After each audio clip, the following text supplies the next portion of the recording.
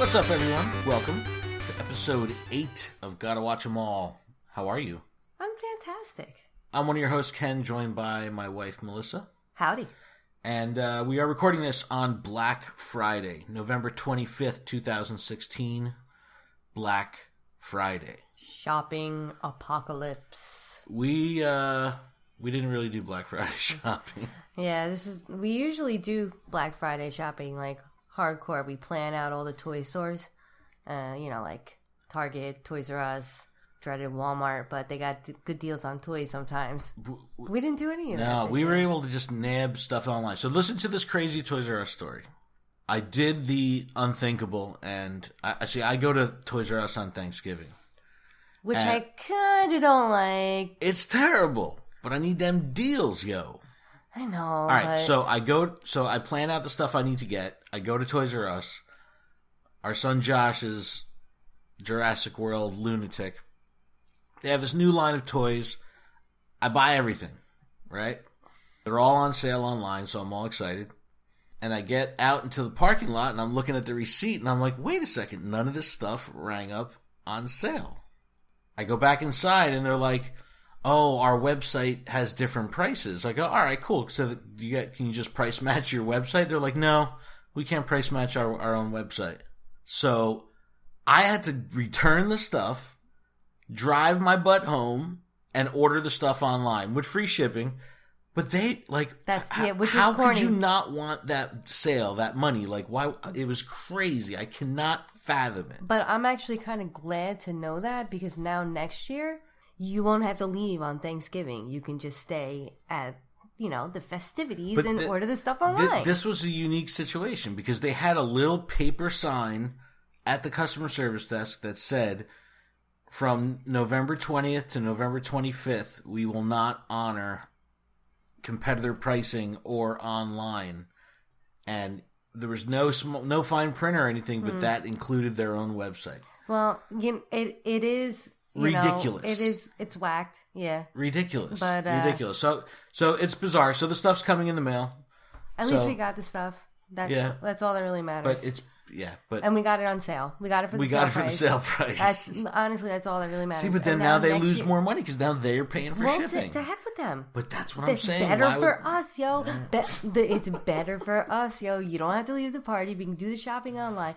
Actually, you know what? It's going to work out even better next year because we'll be with all the kids and their parents, so we can just buy everything while we're with them, so we know we're guaranteed to get the kids what they want. I like to go shopping.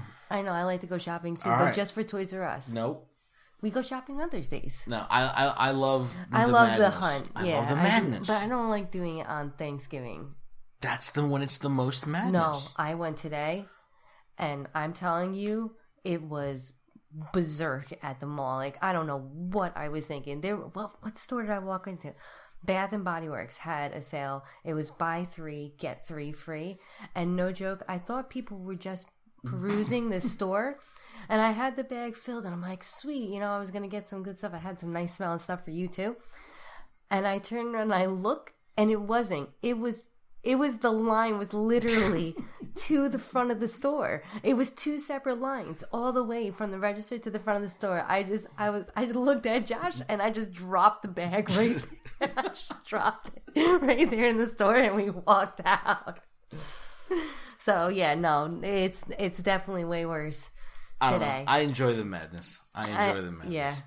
All right. So when did Pokemon Sun and Moon come out? Friday. Yeah. So we're a week in.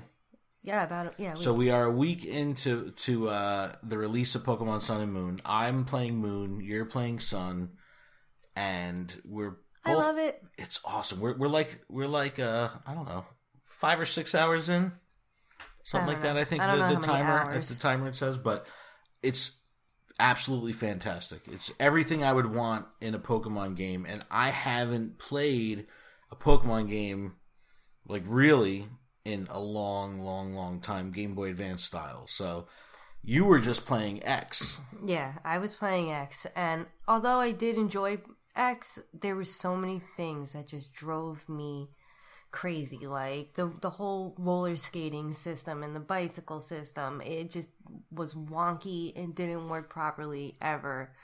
you really couldn't control your guy on the roller skates. I would spaz out on the skates. It was too fast. Annoying. And then they were telling you could do tricks. I never was able to do a trick the entire game. Like, it was ridiculous.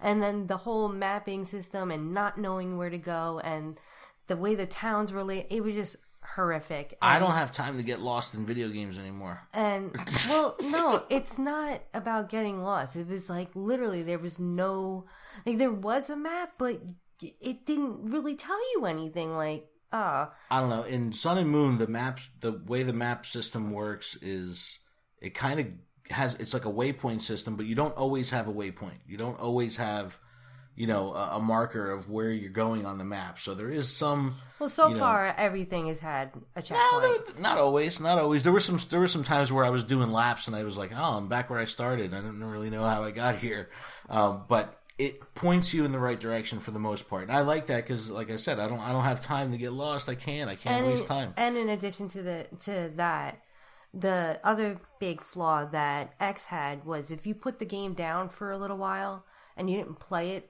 and you picked it back up and you forgot where you were, there was no way to reference what the last thing you did was. And there was no way to ask anyone or find out what the next thing you had to do is.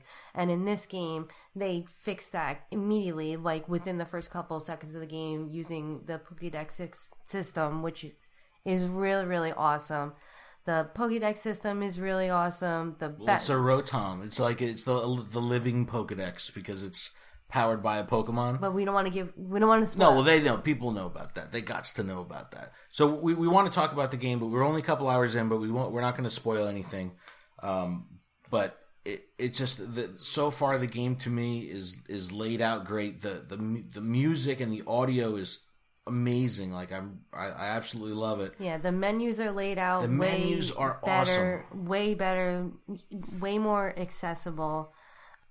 It's just the whole game itself is better. It runs beautifully. The graphics look amazing. And we're both playing on old, non-new 3DSs. So we're both playing on older 3DSs, and besides the load times, it seems pretty flawless. I saw a couple frame rate, issues during some of the battle scenes where the animation was a little rough. But I besides having a couple frame drops, I haven't really noticed, I haven't really felt like, oh man, I really wish I had a new 3DS. Yeah. Even though I tried on Black Friday today to get the $99 one all day. Jason Inquires is tweeting out, it's live on Amazon, go now. And I'm like, all day, refresh, F5. Nothing. I had it in my cart 800 times. And then I'm like, check out. Sorry, we have an issue with one of the items in your cart. It is no longer available. No. So that was all day today, but it doesn't seem like we're missing too much without the new machine. Yeah, no, I'm thoroughly enjoying it, and I'm so glad that literally everything that I hated about X, they've fixed in this game. And without giving much away, they changed the entire progression system as far as where you navigate and what you do in the game. There's no more gym-based system. You have these trials instead. The game is broken up into islands. Each of the islands kind of has a different theme, different trainers, different Pokemon, and all that. So we've pretty much got the first island under our belt. We've completed the first trial. So it plays out more like an adventure game than just like a battle arena style progression, which is really cool because it makes the progression system a lot more dynamic than just like a Mortal Kombat ladder, where you're just, defeating these next 4 people. Like, you actually have to find them, and it plays out a little bit more like an adventure than just a straight battle after battle after battle kind of thing. I'm enjoying it. I'm thoroughly enjoying it. I can't wait to play it when we're done with this. I have this problem. I'm not used to playing on handhelds, so I only play when I'm in bed. And the game may as well be a lullaby. It may as well be, like, I love it, but it's like, I turn it on and it's like, ooh, it's a little tired, like, immediately. That's my only problem. And the other day, I was in a battle. It was probably like an hour had gone by. I'm like, man, I just blew the timer of the game because I was, like, dozing in and out. I was, even was it last night? I think it was last night. You're like, Ken, turn the game off. Yeah. I'm elbowing you. I'm like, babe, just turn the game off. But it's a lot of fun, and I've never really been attracted to a handheld like this. Like, I got to get to it. Like, I play on my phone all the time. I've got, my Supercell games that I play on the mobile. I do like Clash of Clans and Clash Royale. But the 3DS, besides the Skylander games, I would play through them, but that was it. I never really was drawn to it. Yeah, this is like, with I was playing it just to get through it. And honestly, I didn't even finish it. And honestly, now that I'm playing Moon, I don't even care about finishing it because it just annoyed me. There was just so many things.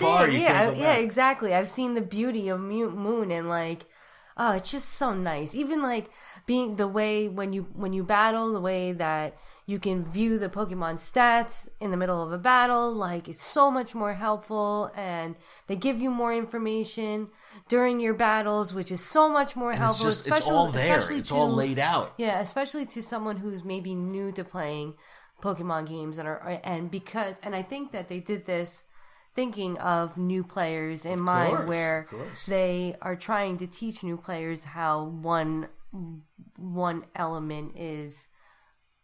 How it affects the other element. And that's good, because it's good for old rust buckets like me that, haven't played a Pokemon video game. Like, it's like, I know the rock, paper, scissors system because I play the card game, and it's like, but video games, I don't know, like, it's digging into, like, what moves counter what moves, it's so much different than the card game. So, but it's exciting.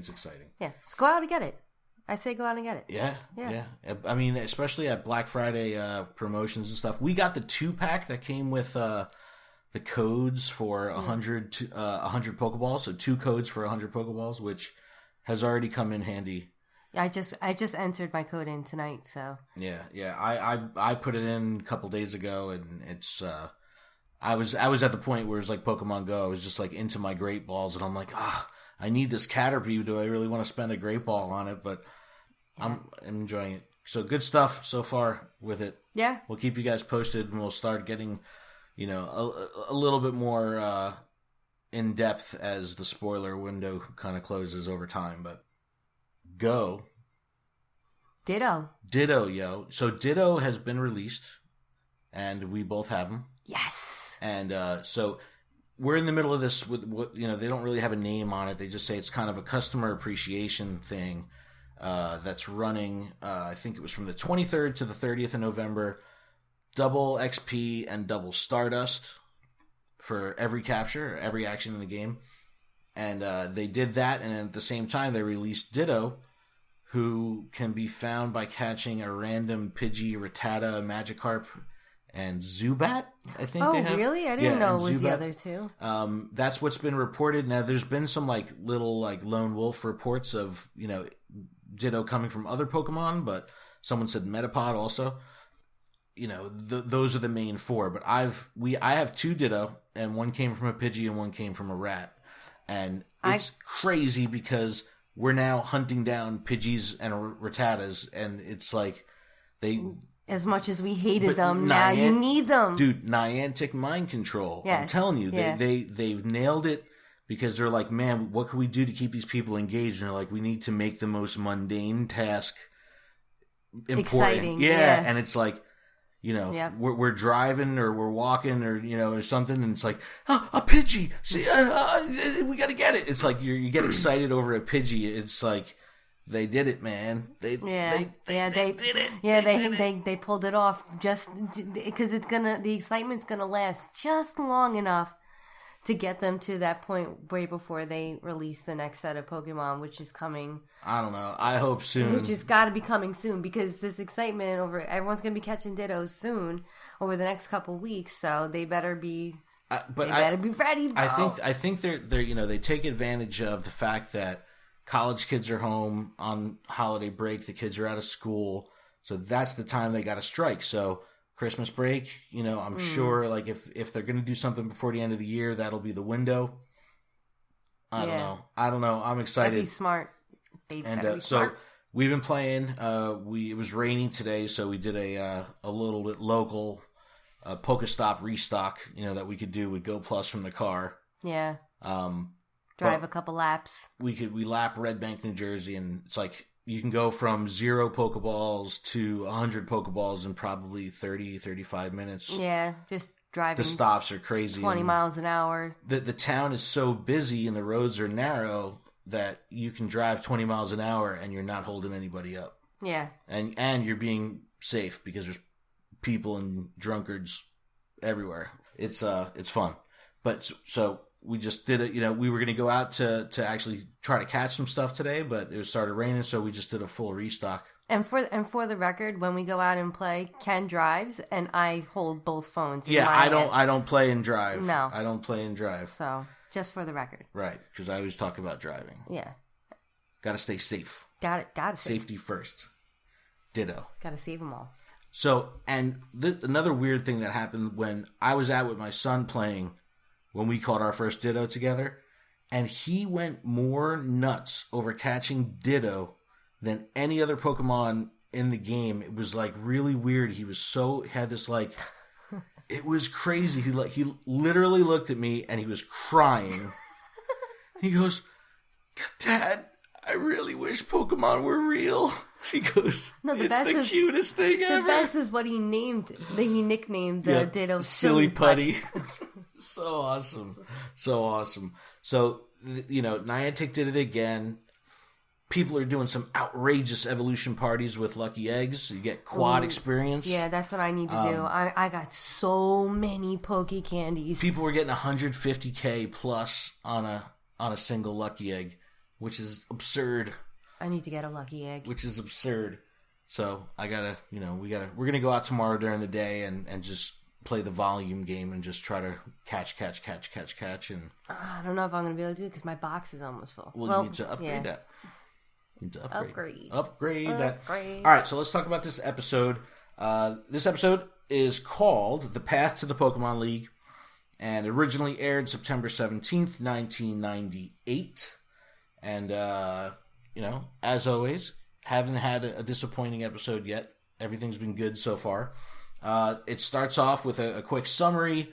It shows a really cool silhouette of the Cerulean City and Pewter City gyms. Oh, I need to make a correction. In last week's episode, I was talking about Brock defending himself to Officer Jenny, and I said he claimed that he was the gym leader of the Cerulean City gym. Oh. I meant the Pewter City gym, but I said that in excitement. Yes. So, okay. Correction, asterisk. But anyway, so it starts off with the summary of Ash having the 2 badges, and the narrator comes on and starts talking, and here we go, and they're on their way to where are they going? Yeah. And Ash then comes in and he goes, "Wait a second, where are we going?" Ash he's so on this high of having 2 badges that he doesn't even know where he's going. And of course, the voice of reason, Misty, has to come in and say, "Silly, we're going to Vermilion City." Mm-hmm. They have a beautiful cruise liner there, a luxury cruise liner. I love her. And Brock is like, "Man, I heard they have a really great gym." And all of a sudden, Ash perks up. He's like, "They have a good gym?" And he's hyper-focused and just bolts off screen like he's absolutely excited. Now, we're watching these episodes on Netflix, so commercial breaks are not there. But this is where a commercial break would happen. And when it cuts back, they're like mid-battle. Like, it just comes right back into scene. Well, it's right at the end of the battle. It's at the end of a battle. They show Pidgeotto knocking out a Rattata, and you're just like, whoa, what the heck is going on? We actually rewound the episode because we were like, did we miss something? Did we accidentally did something skip jump or something like that? But you see Ash commanding Pidgeotto, knocks out this Rattata, and Ash is all excited. He's like, "Yes, my 10th win." It puts this animation of like this giant number 10 on the screen. And the other trainer, who I had to do a little research, but they actually never say who it is. But it's just this real dorky looking kid who's almost wearing like knee-high socks. Yeah, he looks like lederhosen almost. It's like a school kid. Like a Dutch boy. And he's like, really like amazed by how awesome Ash was and everything like that. So Ash takes this opportunity to be Captain Cocky, and he like kind of drives you crazy when he does this. So this episode in particular, he's such a yeah. So he's like, "Yeah, well, I got 2 gym badges." So he starts brandishing these badges. Then they cut to Misty and Brock. Yeah, who are completely and utterly embarrassed. Yep, and Misty turns to Brock and is like, "I think giving Ash these badges was a bad idea." because he's like flaunting it all over the place. He's just being like a total jerk. And then the trainer, unnamed trainer X, is like, you're so good. I think you could even defeat AJ. And then it comes into this reveal of like, who the heck is AJ? Ash is intrigued. And this guy says, oh yeah, he's got his own gym and he's got 98 wins and 0 losses. He's undefeated. Yeah, and then Ash decides to be his little punk self, and he's like, well, not anymore, because I'm going to be the one to break his record, and just starts talking so much trash. He's talking trash, and this guy pretty much walks up on him, right? He comes out of nowhere. No. The kid says, well, you're a really good trainer, so I think you can beat him, which totally blows Ash's head up even further. And they decide to go look for this gym. And he also tells Ash that the gym that this guy is at is an unsanctioned gym, and that this guy trains wild Pokemon. He hunts down that's wild right. Pokemon. It's a wild Pokemon trainer with an unsanctioned gym. Which Ash could care less about. He's like, whatever. And trots down the road and goes look at... Actually, I think he runs down the road. No, he charges off. He's like all fired up. And Misty and Ash are standing... Or Misty and Brock, are standing there with the look of, God, help us, on their face, because they know, like, he's just a hopeless cause. And then they actually get to... They find the gym. The gym, it looks like a giant circus tent. It's got behind a fence, though. Behind a fence. It's got this big marquee, like scoreboard, like high school football scoreboard style thing that says 98 wins, 0 losses. Yeah. And it just says AJ's gym. But it even says right there in bold, it says this is not a sanctioned Pokemon gym or whatever. So it's totally over the top and gaudy and ridiculous. But They actually meet up with AJ outside. Like, doesn't Ash bump into him or stumble into him? Well, they walk up to the gym and they're checking it out, and he just comes out of literally left field with his bright green striped hair, which is awesome and radical. He's got a very Yu-Gi-Oh-ish kind of anime cut. Yeah, with green highlights. Yeah, he's got awesome bangs. He's so emo. He's so good bangs. And on top of that, he's got this ridiculous southern accent with this real heavy twang. It does not fit his image at all. In any way. At all. But the introduction's over. He drops his backpack, and Butterfree swoops down and takes his backpack away. Ash is like, wait, what's in the backpack?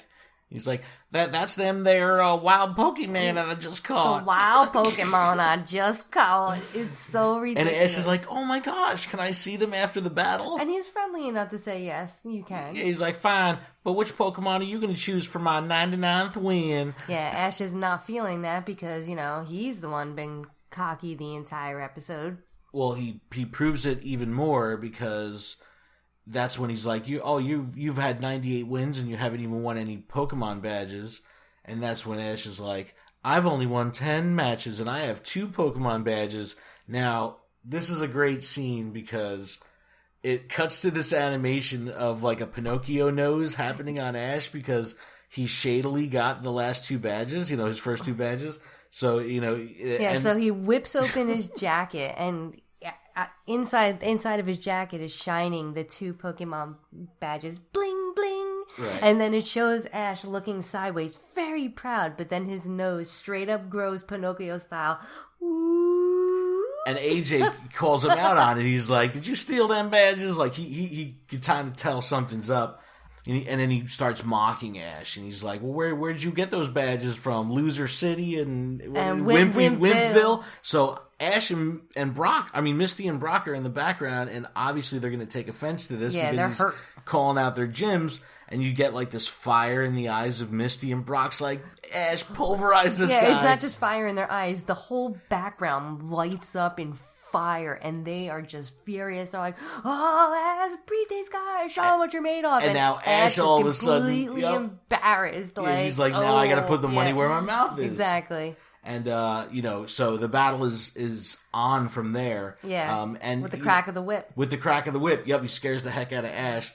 And what I like on this part is Misty and Brock are actually coaching a little bit, which I don't know if it's allowed or not, but he's like, look, we got to be careful. Brock goes, we got to be careful here. Actually, it's Misty. Is it Misty? Mm-hmm. No. Misty is always giving Ash the hints. She gave Ash the hint about electric not being effective towards ground. Right. You're right. And Misty is the one who's like, Pikachu will not be effective against a ground type. And, because AJ plays Sandshrew. Correct. And Ash, being the jerk, kind of like shrugs it off, and he's like, "Yeah, I'll do what I want. I'll do what I want." And so he brings out Pidgeotto. Now, this is actually a smart move because flying type is going to have the advantage over ground. But little does Ash know that this is no ordinary Sandshrew, and Ash even calls it out and says, "Too bad your Sandshrew can't fly." Like he's being super cocky, and Sandshrew gets into this, rolls into this Metroid ball and like lunges up into the air and just completely smacks Pidgeotto out of the sky onto the ground. Ash is shocked. Ash is like, what the heck just happened? And AJ commands Sandshrew to like finish it off, and Ash immediately recalls. Yeah, like in a Pidgeotto, panic, like oh my god, come back. And plays Butterfree. Mm-hmm. Now he's like, another flying type, but bug. Like this is going to be better. Commands it to use Stun Spore, and again, Sandshrew. He completely evades the attack. He goes into, I guess he does dig. Yep. Goes into the ground. Butterfree's completely confused, looking around like, where is he? And then he comes up, smashes Butterfree. Same thing like Pidgeotto. Just completely knocks out Butterfree, and Ash is left only with Pikachu. And you really get another taste of Pikachu's defiance because, obviously it's an unbalanced battle. It's going to be an effective electric type versus ground. But they cut to Pikachu, and Pikachu is like digging his fingernails into the ground, like will not budge, like Ash is pulling on his legs to get into battle. I look at this situation not as Pikachu is defiant, more that Pikachu is more intelligent than Ash realizes, and Pikachu realizes that he's the last Pokemon, and he does not have a chance in winning this battle, and there's no way Ash is dragging him into this battle, which is going to get his butt whooped. So Sparta. Pikachu, he needs to do his duty. My cute little Pika friend, he's literally holding onto the curb, and with all of his might, and Ash is grabbing his legs and pulling him back, and you see sweat dripping off of Ash. Like, come on, Pikachu! And it ain't happening. And now, all the while, they cut to the trees, in the distance, and you have Team Rocket spying with binoculars, kind of like seeing what the heck is going on here. And they're clearly still hyper-focused on Pikachu. They could care less about AJ. They could care less about anything that's going on. They just want that Pikachu. So they plant the Team Rocket seed like they usually do. They cut back to Ash. Pikachu just submits. Ash is forced to submit because Pikachu won't fight. And AJ gets his 99th victory. Win. Yeah. And Ash is just completely in shock. And literally floored. He's literally floored, falls over on the floor, and is like, no way. This is rigged. You cheated. How do I know that this unsanctioned cocky gym... brat can't accept defeat. He can't accept it. He can't accept defeat, and he's completely whining and complaining. Embarrassing Misty and Brock. Yeah, so they're totally embarrassed. Embarrassing Pikachu as well. And Pikachu, yep. And AJ walks away, and he's kind of like, whatever. He's like, come back and see me when you grow up. And Ash is just dumbfounded. Like, he has no idea what the heck just happened because, he just got his butt whipped. So AJ kind of goes behind the curtain, into this... Into his circus. The circus-looking tent thing. And the Cerulean City was kind of the circus tenty as well. But from behind the curtain, Ash can hear immediately AJ's laying into Sandshrew, even though he got the victory. Like, you think that was a good battle? And you hear the whip cracking, back and forth, and Ash is concerned, and they kind of run up to the curtain, peel back the curtain, and on the inside you see this, like, half circus, half ninja warrior training course thing. And he's, like, got Rattata jumping through, like, rings of fire. Yeah, it looked like Pokemon Slave Camp. It really did. It really and he's literally cracking a whip. Yeah, he's cracking a whip. The Pokemons have chains on them. They're all being, like, worked to the bone. Like, Completely, the poor little Pokemon. And Ash is upset because he's seeing how bad, AJ's treating the Pokemon. Yeah. And he kind of like calls him out. Well, he freaks out. He opens the curtain. He sees what's happening behind the curtain. And Ash just loses it because in his mind, Pokemon should never be treated that way. So he just busts right in and starts calling AJ out on like, hey, what are you doing? You're hurting your Pokemon. And he starts arguing with AJ about the way that AJ is treating his Pokemon. He believes that AJ is completely wrong and mistreating his Pokemon with the way he's training him, and that Pokemon should be friends. Yep. And AJ comes out and says, "Look, I'm tough on Sandshrew because he's my first Pokemon." So now you get a little insight, into AJ's history. Obviously, Sandshrew is, to AJ what Pikachu is to Ash. So they have this special bond, but they're really working the Pokemon out. And they even have like Sandshrew jumping like off a diving board into a pool. It's all this madness going on. It's totally crazy. And Pikachu and Ash really can't understand how AJ could be, how he could be doing this to his Pokemon. He doesn't understand how it could help them.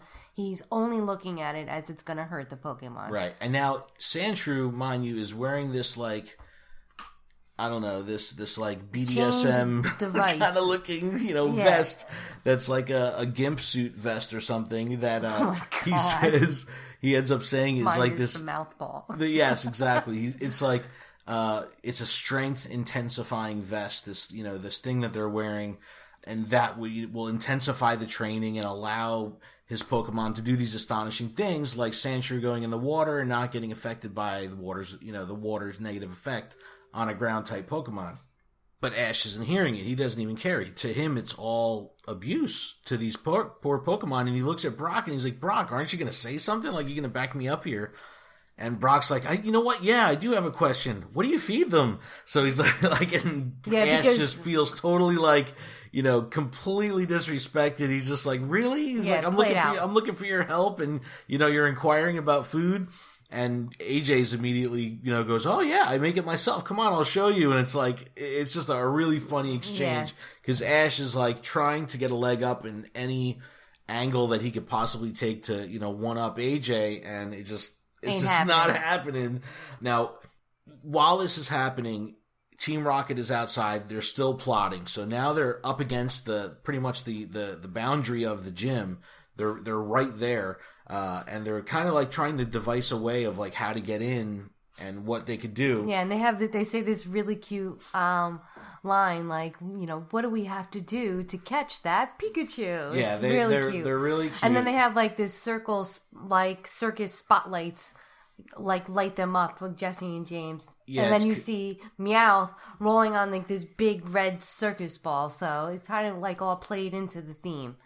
But you could tell that Team Rocket is just trying to figure out how they can infiltrate the gym to catch Pikachu. But, they just kind of saw Meowth rolling around on this giant circus ball, so they kind of have an idea, and they cut back to inside AJ and Ash. Now, when they cut back, all of AJ's Pokemon, I think there's like a buzzer that goes off, right? Yeah, it's like a boxing ring bell, and it's great, like cuckoo clock style. Hitmonlee comes up and Roundhouse kicks the bell. Yeah, it's so good. It is really good. So, immediately AJ's like, all right, guys, 15-minute take break. 15 minutes, and every Pokemon in the whole place just collapses to the ground, completely in exhaustion, wiped out.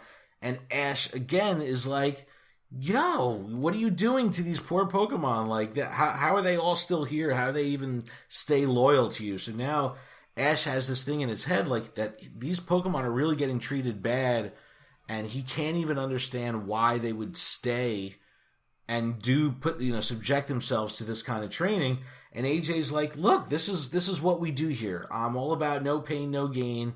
He even makes fun of Pikachu, showing that he's like, a puffball, because Pikachu's all soft and fluffy and not, doesn't look trained and fit. Yeah, and then Ash does the unthinkable. He turns to fisticuffs. He does. He turns to violence, and he straight up cocks back full force and lunges at AJ, tries to punch him, and they both end up in the water fighting. Right, but Ash is for real. They're really fighting. Ash they're really fighting. going for it.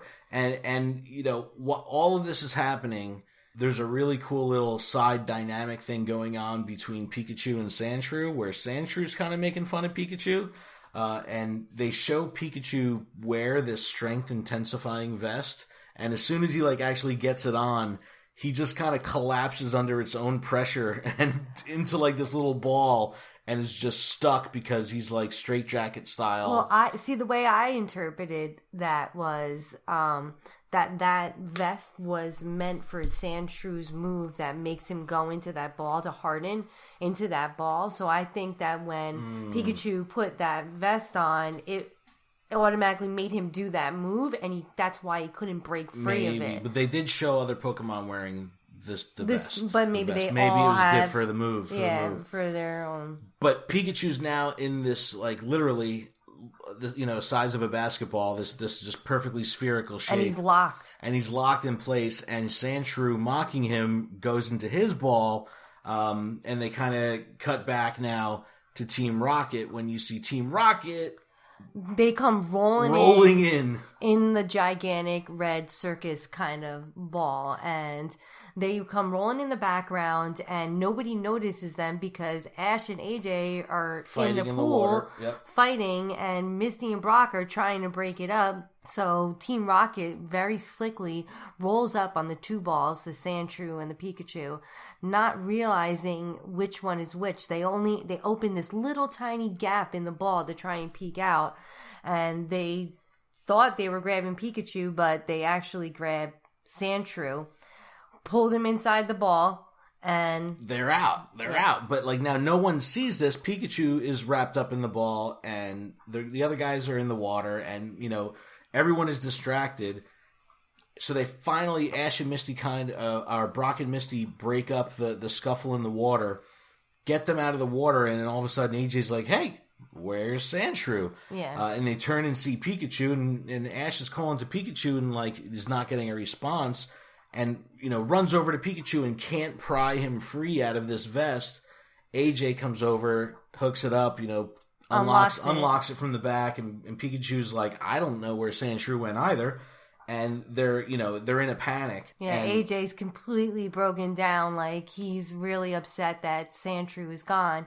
And Ash, being the jerk that he is this episode, starts saying to him, well, maybe he left because he saw the way that me and Pikachu were interacting and saw how much we loved each other. And he was like, I want a trainer that'll treat me better, like a girlfriend or something like that. It's crazy. Yeah. It's crazy. Ash is he's got the moxie in this episode. He's getting really fearless, and you could tell that the hate is flowing through him a little now that he's got a taste of some gym badge power. He truly is an 8 to 10-year-old little boy. They nailed the personality perfect, because our son is exactly the same exact. Again, we're watching mid-episode, and she's like, I wish our son was watching this, Yeah, because I'm like, he needs to learn these lessons along with Ash. He needs to get pushed in the pool is what he needs to get done. Oh, Daddy, that's not nice. So now they cut to Team Rocket. Team Rocket's all excited because they have this bag with Sandshrew in it. Now, mind you, they think it's Pikachu. Jesse and James start going back and forth you carry the bag. No, you carry the bag. The man's supposed to carry the bag. It's this whole back and forth thing. And while this is happening, they're kind of tossing the bag up hot potato style. Sandshrew comes busting out of the bag. They have absolutely no idea what the heck is going on. And Jesse and James are like, what the heck? And kind of try to get Meowth to attack the Sandshrew. And Meowth immediately just bites Sandshrew's tail. And Sandshrew, either in pain or just in, having the wherewithal, immediately goes into dig and is just gone. He's just out. They cut back to Ash and AJ. Where could Sandshrew be? And AJ really thinks Sandshrew's going to come back. Lo and behold, the other end of the dig move, Sandshrew comes blasting up through the ground with Meowth attached to his tail still. And they have this reunion. Oh, welcome back. And then wait a second, Meowth is here. Team Rocket is up to, is responsible for this the whole time, and during this reunion scene, now Meowth is kind of knocked out. So Meowth, from getting, dragged through the ground and, slammed up into the air, he's got the swirly eyes and everything. So he's out of the picture for the time being, and you get this nice reunion where Sandshrew and AJ are hugging, and, Brock, Ash, Misty, they all reflect and say, you know what, look at this. AJ really does care for his Pokemon, and the Pokemon really care for them. Even though the training is intense, they still respect it. Right. So they, they can kind of get past the fact now that AJ is literally cracking the whip, and just training his Pokemon on a different just level. A different way. Exactly. Now, they notice Meowth. They grab Meowth, and they're ready, for some answers. Meowth wakes up. They actually wake him up. They're like, get up, get up, get up. They're smacking him around a little bit. They're grabbing on his coin. Yeah, Pikachu's trying to pull a coin off his face. And Meowth is in absolute fear, panic, oh my god, I'm surrounded by what am I gonna do? All my enemies. I'm, I'm not here familiar. alone. How am I going to do this? And that's when good old Team Rocket come show in up. with the busted the motto out. Exactly. They come in and do the whole thing. And then that's the backup. Now, this is where they would cut to commercial for the Who's That Pokemon, which obviously in this episode is Sandshrew. Okay, cool. So they cut back in. Team Rocket is ready to go. They immediately call out Sandshrew. They're like, we didn't even want this Pokemon. We came for Pikachu. That's why we're here. Sandshrew is second rate. So they call him a second rate Pokemon. And Ash is like, hey, let me take care of this. AJ puts his arm out and he's like, no, man. No one's going to disrespect my Pokemon in my gym. Let's handle this. And he calls him out. He literally goes, let's step outside. Yeah, he does. It's awesome. I absolutely love it. They actually go onto the Pokemon, battlefield, the training grounds, and they start this battle, typical Team Rocket style, Ekans and Coughing, and you get to see this awesome clinic display of Sandshrew just putting Coughing and Ekans through the paces, he's dodging. He's like Emmitt Smith, running back style, just bobbing and weaving, all the attacks.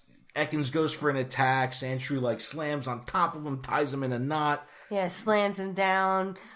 Coughing uses sludge attack. He brushes it off. Ducks and weaves. It's hilarious. It's a true clinic. The Sandshrew is just unstoppable. And Meowth is up. Obviously Ekans is out. Coughing is out, and Team Rocket's like, yo, Meowth, get with it. He bites Sandshrew on his back, the armored part, breaks all his teeth. Yeah. What does he say? Oh, the tooth comes out. The truth comes out. That's right. He, makes a pun on that. And AJ commands Sandshrew to just, finish the job and use Vicious Strike. Now, this is, an awesome scene.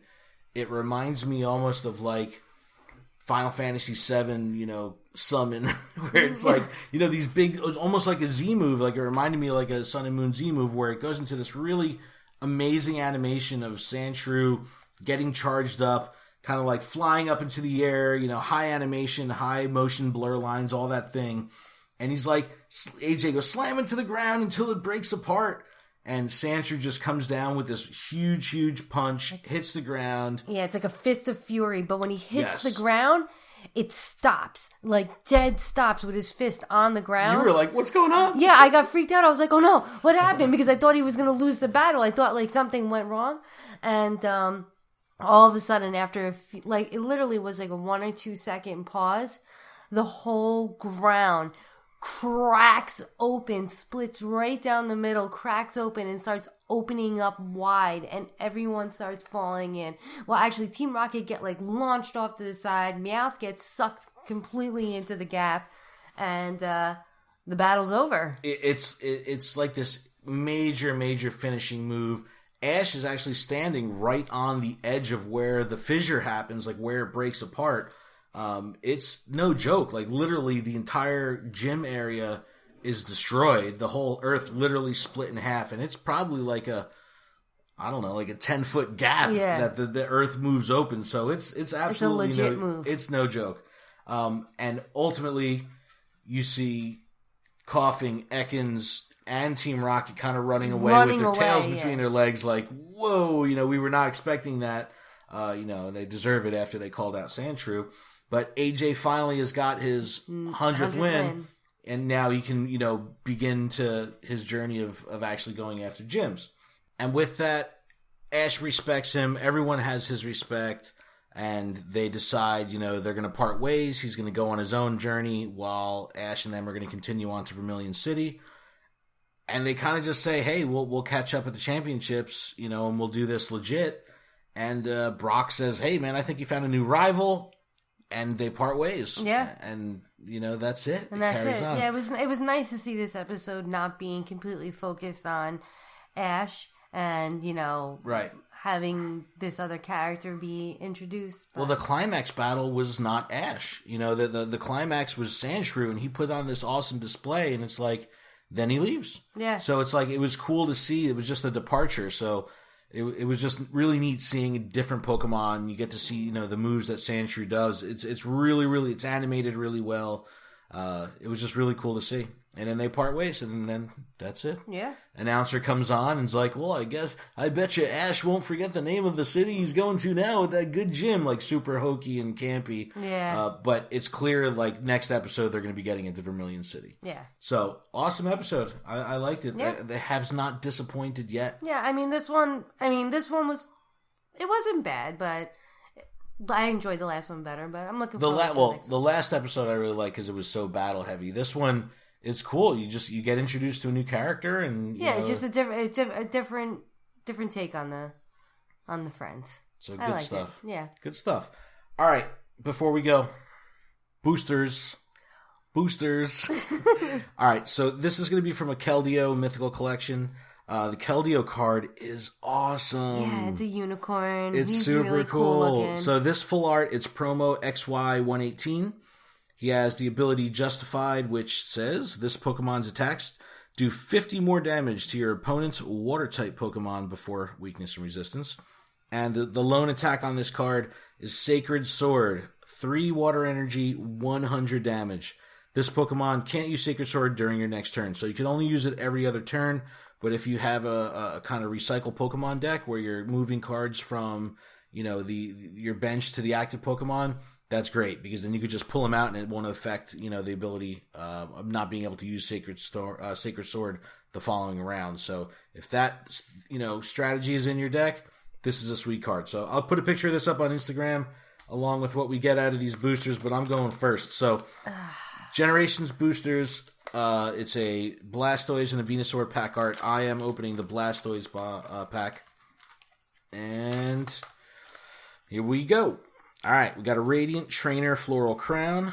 I have a Cloyster, Double Colorless Energy, our Electric Energy, Shelder, Clefairy, Geodude, my homeboy.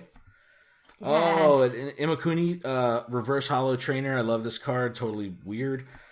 And Slurpuff is my Radiant Reverse. And my rare is a non-hollow Dodrio. All right. I've gone 3 weeks now, no EXs. Nothing special. So you better hold it down. Let's see. Go. I have a Snorunt, who's super, super cute. Kind of reminds me of a Snowgie from Frozen. Trainer Eversoda, a Golbat, Shelder. This is a Steel Energy. Slowpoke, a Magmar, a Reverse Slowpoke, a Hollow Swirlix, and I got a Butterfree. All right, so again, we got a relevant Pokemon to the episode, and the Butterfree is a Hollow. So cool. So yeah. I'll put these up on the social medias. No EX, man. No we EXs. haven't had anything exciting in a while. I know. That just means that when it does happen, it's going to be glorious. Yeah, it's going to be glorious. But this is why I haven't bought cards in forever. Because see, you haven't bought cards in forever, yet you still open packs all the time. I know, it's great. But you get to keep the cards, and the son gets to keep the cards. I just want the glory of opening and pulling the card. Yes. Kind of like it's like pulling the Willy Wonka golden ticket. You just want to see the gold for the moment. You do. The little music cue. All right, everyone. Thank you so much for sticking around for this episode. Yeah, we hope you enjoyed it. Yep. I want to say thank you to Chipocrit for the music, Seth Hay for the graphics. Check out everything on toysforgames.com. all the other stuff that's going on. There's a lot of really cool podcasts right now. I'm totally into this wrestling podcast, Triple P podcast on Toys for Games. No, it's awesome. I'm telling you. It's absolutely I think you've talked about this before. I have, because I love it. It's so good. There's a lot of cool, diverse stuff on the Toys for Games network that, you know, it just kind of fits the lifestyle if you're into toys and collecting and being nerdy. And yeah, those guys are fun. There's just a lot to listen to, so check that stuff out. We can be found at gottawatchemall.com, at gottawatchemall on Twitter, gottawatchemall on Facebook. Come find us. Yeah. Be our friends. Be our friends. All right, awesome. So, thanks, guys. Thanks. Gotta sign off with peace. Peace.